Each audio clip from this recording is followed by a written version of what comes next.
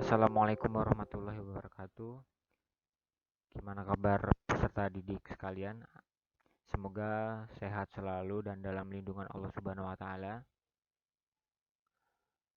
Sebelum melaksanakan pembelajaran secara daring ini, Bapak mengingatkan jangan lupa cuci tangan dan memakai masker, dan jika nanti ada di dalam materi terdapat kata-kata yang peserta didik belum jelas, silahkan untuk menanyakan di grup WA.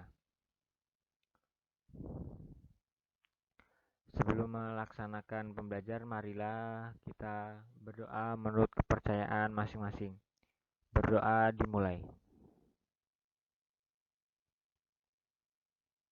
Berdoa selesai, dan Bapak akan menjelaskan materi PKN pada hari ini, yaitu proses perumusan dan pengesahan Undang-Undang Dasar Negara Republik Indonesia tahun 1945. Tujuannya mampu menjelaskan perumusan dan pengesahan Undang-Undang Dasar Negara Republik Indonesia tahun 1945, mengetahui proses perumusan dan pengesahan Undang-Undang Dasar Negara Republik Indonesia tahun 1945.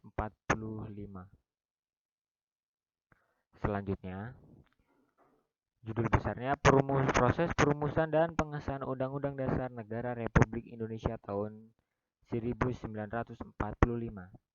Naskah Undang-Undang Dasar 1945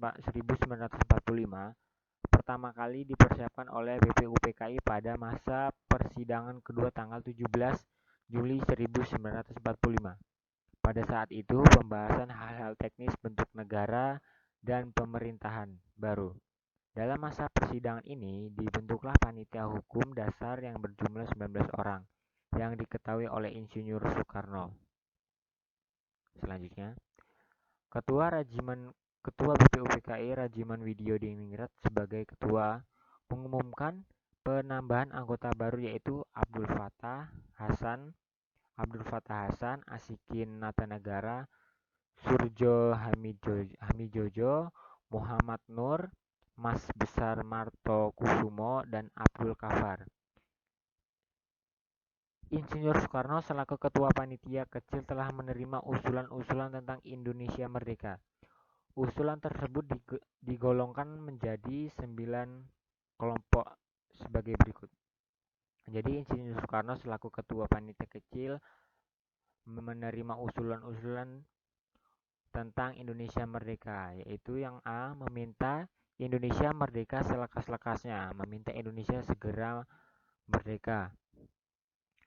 Yang B, dasar negara. Jadi Indonesia itu harus mempunyai dasar negara. Yang C, unifikasi atau federasi. Yang D, bentuk negara dan kepala negara. Yang E, warga negara. Yang F, daerah. Yang G, agama dan negara. H, pembelaan negara. Yang I, keuangan. Selanjutnya, Ketua BPUPKI Rajiman Widyodiningrat sebagai anggota BPUPKI menjadi beberapa bagian. Jadi ketua BPUPKI Rajiman Widyodiningrat itu membagi beberapa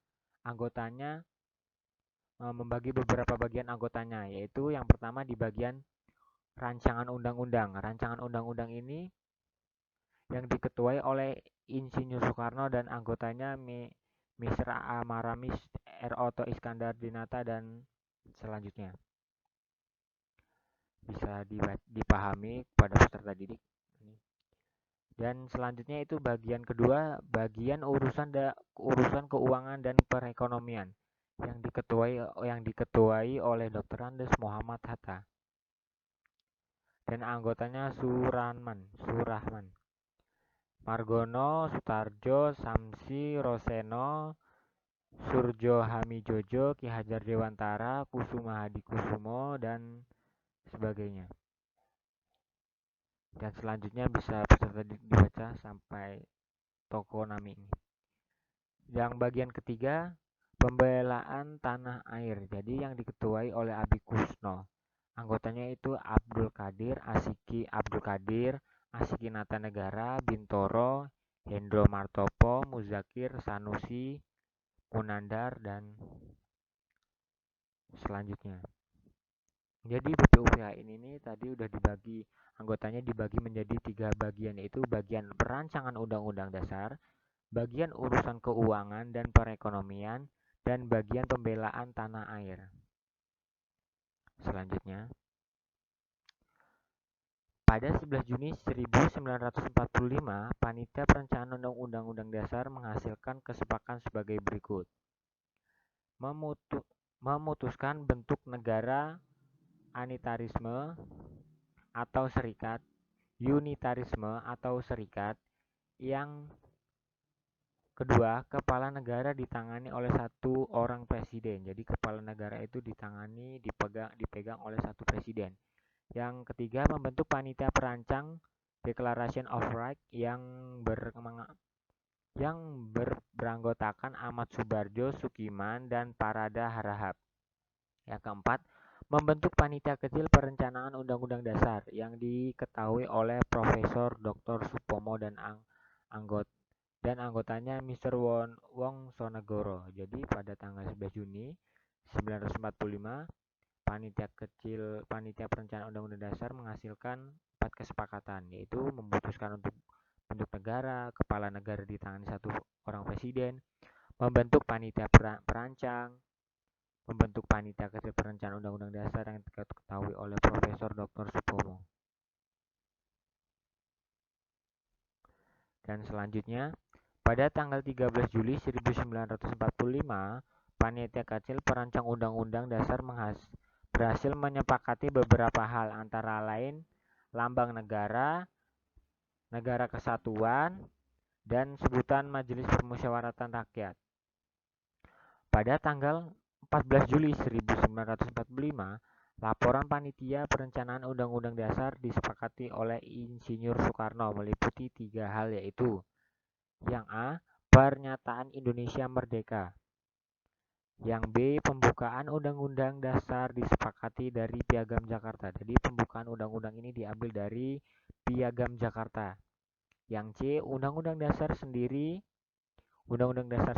batang tubuhnya yang berjumlah 42, dari 42 pasal tersebut ada 5 pasal aturan peralihan dengan keadaan perang serta 1 pasal pertambahan.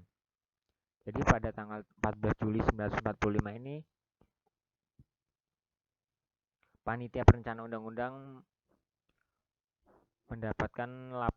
mendapatkan laporan, yaitu 3 pernyataan ini, 3 laporan pernyataan Indonesia, pembukaan undang-undang, dan undang-undang dasar sendiri. Dan selanjutnya, sidang BPUPKI dilanjutkan dengan merapat besar pada tanggal 15 dan 16 Juli 1945, rancangan Undang-Undang Dasar Negara. Jadi pada tanggal 15 dan 16 Juli ini membuat rancangan Undang-Undang Dasar Negara.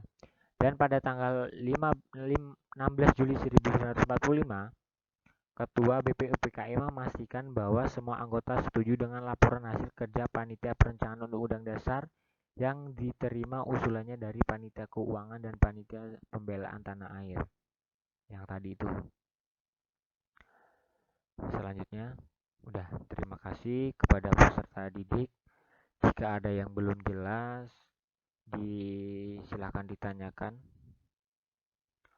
Bapak akhiri, assalamualaikum warahmatullahi wabarakatuh.